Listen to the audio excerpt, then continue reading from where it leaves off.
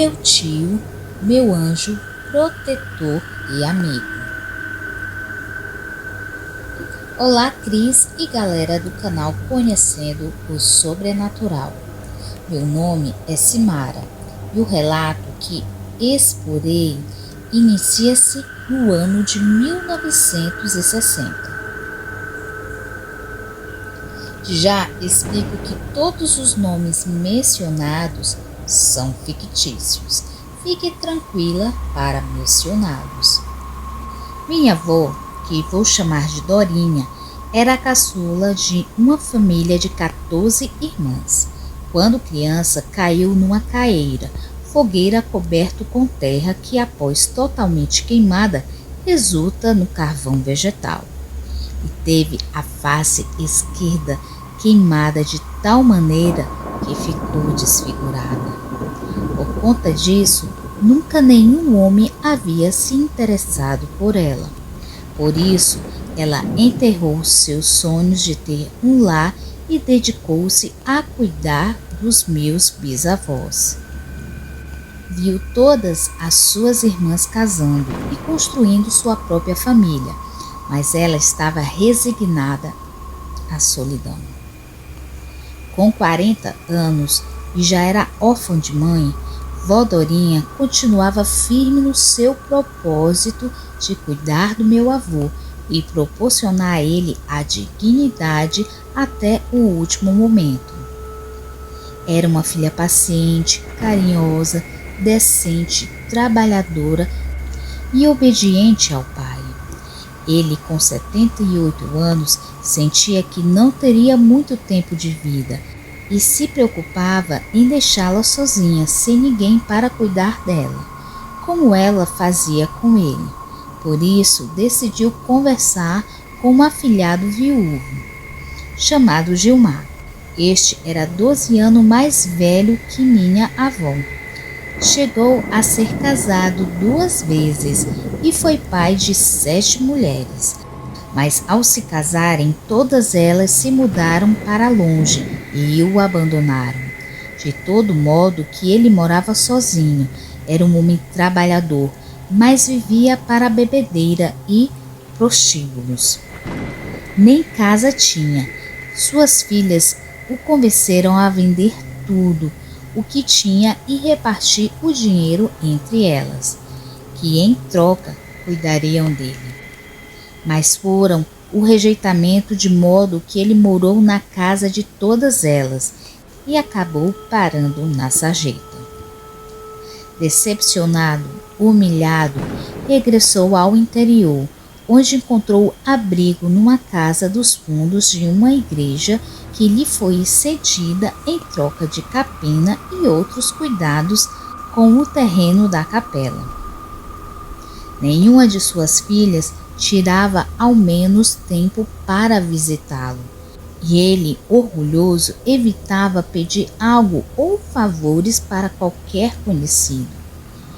Meu bisavô propôs a ele a lhe dar uma parte do terreno, algumas cabeças de cabras e galinhas, porcos e uma roça. Tudo em troca dele cortejar a minha avó. Sabia que ele não a amava, mas ainda assim o convenceu a cortejá-la e pedi-la em casamento. Nem que fosse para que a tornasse mãe de uma menina para que mais tarde poderia cuidar dela. Gilmar não estava numa condições das melhores e, por respeito ao meu bisavô, aceitou a proposta. Minha avó não sabia de nada e, ao deparar-se com o único pretendente em toda sua vida, sentiu-se tentada. Mas tinha medo do que o pai pensava dela. Meu avô sorriu e disse que por ele ela se casaria o quanto antes. Ela confiava nele e sabia que ela não o rejeitaria depois que casasse. Devido a isso, a minha avó se arriscou. Em menos de 1 ano se casou-se com Gilmar. E com apenas 2 meses de casada, descobriu que estava grávida. o que deixou muito feliz. Contudo, não foi uma gestação fácil. Ela sentia muito mal-estar, crise de vômitos constantes, vertigem, fraqueza e até oscilação de pressão. Não conseguia segurar nada no estômago, a não ser que a comida estivesse pastosa, passada no crivo ou batida no liquidificador. Estava definhando, sentia falta de ar. Devido a isso, Gilmar temeu ficar viúvo pela terceira vez e deixou suas saídas noturnas e diurnas para dedicar-se a auxiliá-la. Meu bisavô se sentiu culpado e vivia fazendo promessa a todo tipo de santo pela vida da minha avó. Com apenas 8 meses de gestação, Vodorinha entrou no trabalho de parto. A parteira veio ao seu socorro e, para a surpresa de todos, ela deu luz a trigêmeos. Para o espanto e satisfação de Gilmar, todos eram meninos e nasceram fortes e saudáveis, não apresentando qualquer tipo de complicação. Até a parteira estava surpresa e aliviada por ter dado certo. Meu avô Gilmar estava muito feliz pelo nascimento de 3 meninos. Secretamente, sempre sonhou em ser pai de um menino. E foi abençoado com 3 de uma vez só. E ainda na velhice, quando não tinha nem mais esperança de ser pai outra vez. Aquela foi também a única gestação da minha avó. Marcelo, meu pai, era o mais velho. Depois vinha o Maurício e ainda depois o tio Mariano. Meu bisavô era um homem adoentado e passava grande parte do tempo acamado. No entanto, o nascimento dos netos mudou o estilo de vida. Ele decidiu não dar tanta corda à doença e passou a ser mais ativo, chegando a aproveitar a companhia dos netos por 10 anos. Voltou a ter prazer em pescar, cavalgar, trabalhar na terra, contar histórias, adivinhações e até se tornou muito brincalhão. Fazia todos os gostos dos netos e os 3 eram muito apegados a ele. Vodorinha sempre foi uma mãe atenciosa, carinhosa e ao mesmo tempo disciplinadora. Só pegava no pé dos filhos nos estudos e comportamento respeitoso. Como esposa, era dedicada, muito companheira, tanto que vô Gilmar acabou se apaixonando por ela, mesmo com uma cicatriz da queimadura do rosto, que por tanto tempo foi encarada pela Vodorinha como um empecilho para ter uma vida sentimental preenchida. O tempo passou. Meu pai, Marcelo, e os irmãos estavam com 18 anos, quando meu tio Mariano se engraçou pela filha de um fazendeiro muito rico na região. Eles se apaixonaram durante um festejo na igreja. Foi um romance rápido. Toda a família era conhecida por sua perversidade e falta de escrúpulo e atitude sanguinária. Minha avó bem que tentou afastar meu tio Mariano da garota. Porém, arrebatado pela paixão, ele não deu ouvidos. De acordo com o que meu tio Maurício e o meu pai costumam contar, meu tio Mariano teria marcado um encontro com a jovem, ou comparecido em um encontro marcado por ela. Não se sabe ao certo quem marcou com quem. O certo é que ele foi brutalmente espancado pelos capatazes do fazendeiro e, não satisfeito com a perversidade cometida, ainda o abusaram, o deixando completamente despido, agonizando na beira do rio, até que ele não resistiu e acabou falecendo. Meus avós ficaram desesperados pela demora do meu tio em voltar para casa. uma vez que nenhum de seus filhos tinha o costume de passar a noite fora de casa ou regressar depois das 23 horas. O coração da minha avó avisava que algo muito sério havia acontecido com meu tio. Quando soube do ocorrido, meus avós ficaram chocados, revoltados e desesperados com o nível da crueldade. Na época, não temerem comentários maldosos a respeito da masculinidade do meu tio Mariano, uma vez que ele foi vítima de violência sexual praticada por não se sabe quantos psicopatas a serviço do fazendeiro. Meu avô tratou de abreviar o velório, o sepultou o quanto antes. Toda a família horrorizada só imaginava a agonia e a dor que ele passou até que deu o último suspiro. Por muitas vezes minha avó, chorando muito, chegava a comentar que já que decidiram dar cabo da sua vida, que dessem um tiro no peito, mas não o submetesse daquela crueldade. Ela comentava que meu tio era um bom filho e não era nenhum degenerado para passar por tanta violência gratuita. Por conta daquilo, minha avó viveu desgostosa e triste. Nunca esqueceu do tio Mariano, seu jeito carinhoso e brincalhão e a maneira que ele foi assassinado. A jovem que estava envolvida com ele, ao saber da barbárie cometida por seu pai e seus capatazes, tirou a vida em seu próprio quarto, se enforcando numa corda. O pai dela, ao saber da loucura que ela cometeu, ficou inconformado e desesperado. Ela era sua filha predileta, a única que era filha de sua mulher, uma vez que as outras eram de esposas falecidas e até de algumas criadas da casa. Temendo as outras perversidades fossem cometidas contra tio Maurício e o meu pai, meu avô os orientou a andarem armados e não confiarem em ninguém. Para desgosto de toda a família, nada aconteceu ao fazendeiro, que mentiu dizendo que nenhum dos homens da fazenda ou ele tinha a ver com a morte do meu tio. Vô Gilmar e vó Dorinha ainda tiveram que conviver com essa injustiça. Aos 20 anos, tio Maurício se apaixonou por uma atendente do armazém.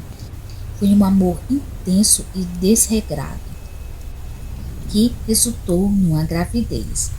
Mas quando soube que ela era parente do fazendeiro que assassinou o meu tio, ele desgostou-se dela e não quis saber mais de nada. Simplesmente rompeu o compromisso, alegando que jamais construiria família com uma mulher que tinha o mesmo sangue do assassino de seu irmão.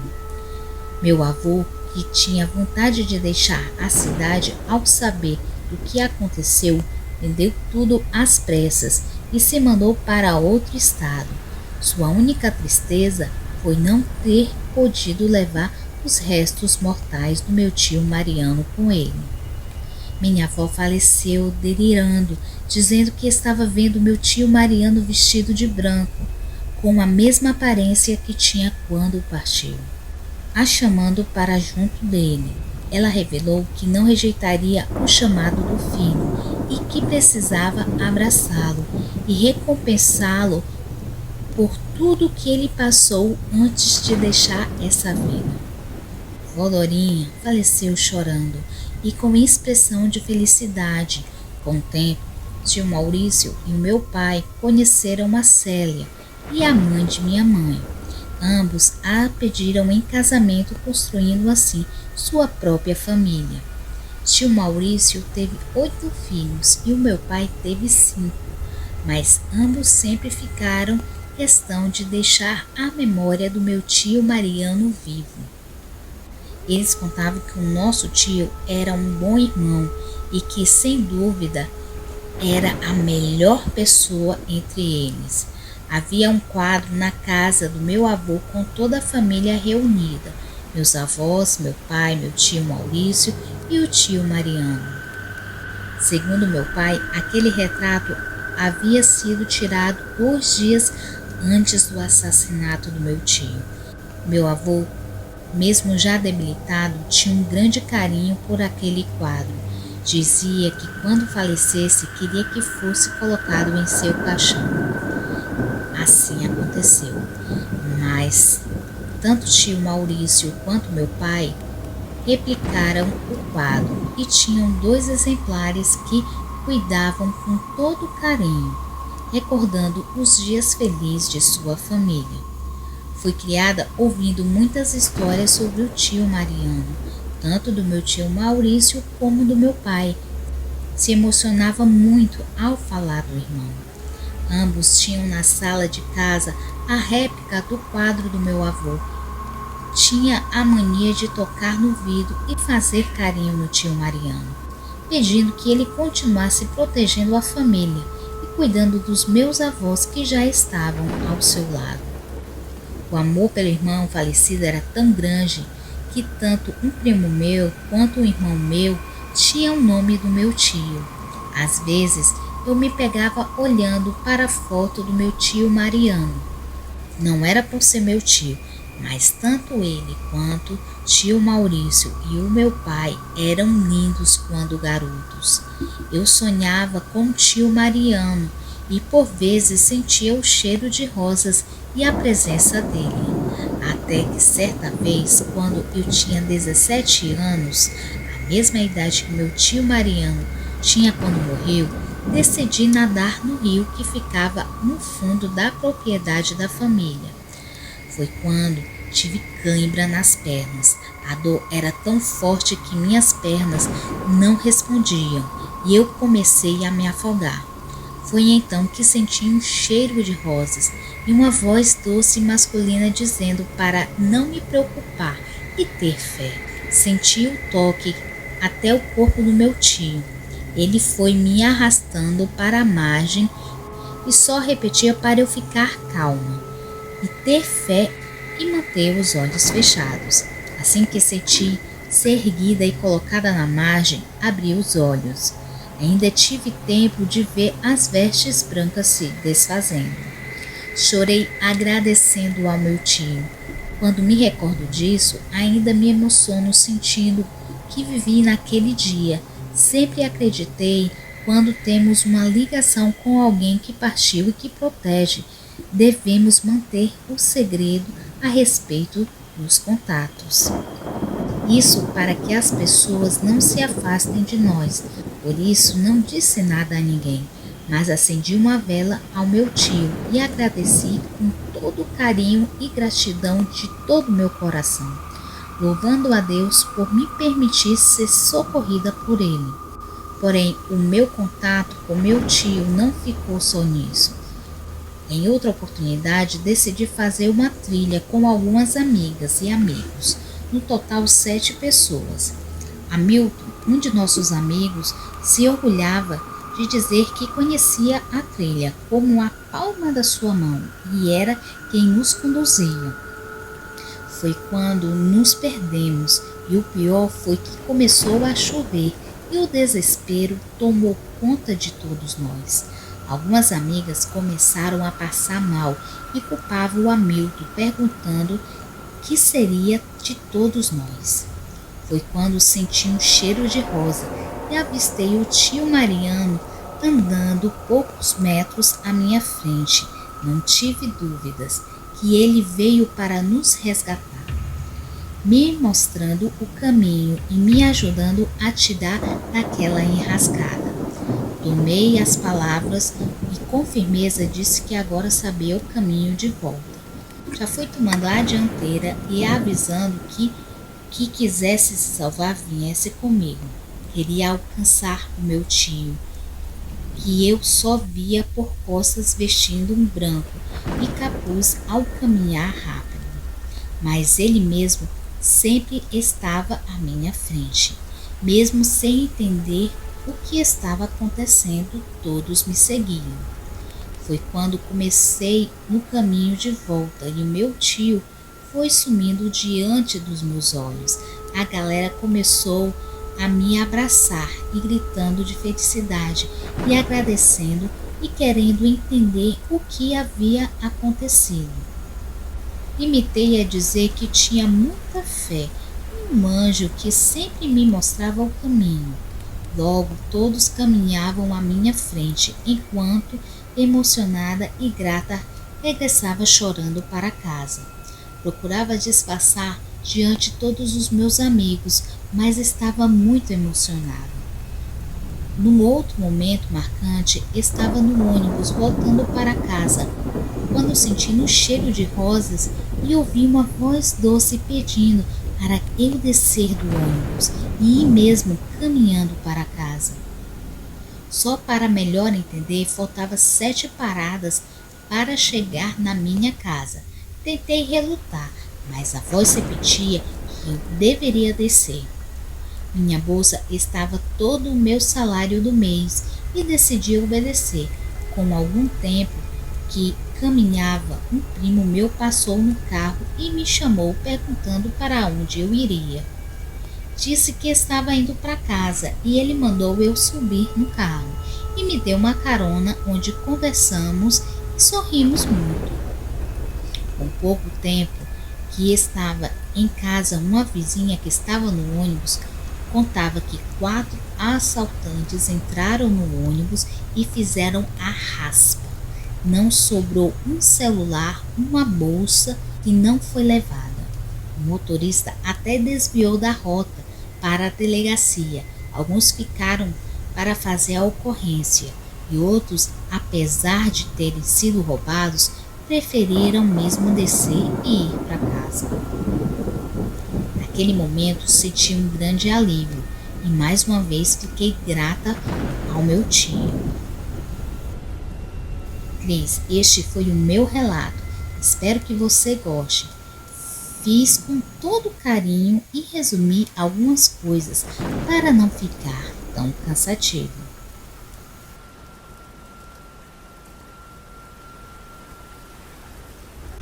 Obrigada pela presença de todos vocês. Se gostou do vídeo, deixa um like, inscreva-se, ative o sino das notificações. Se tiver alguma história, mande para a gente. Muito obrigada a todos. Até a próxima reunião do Clube do Além.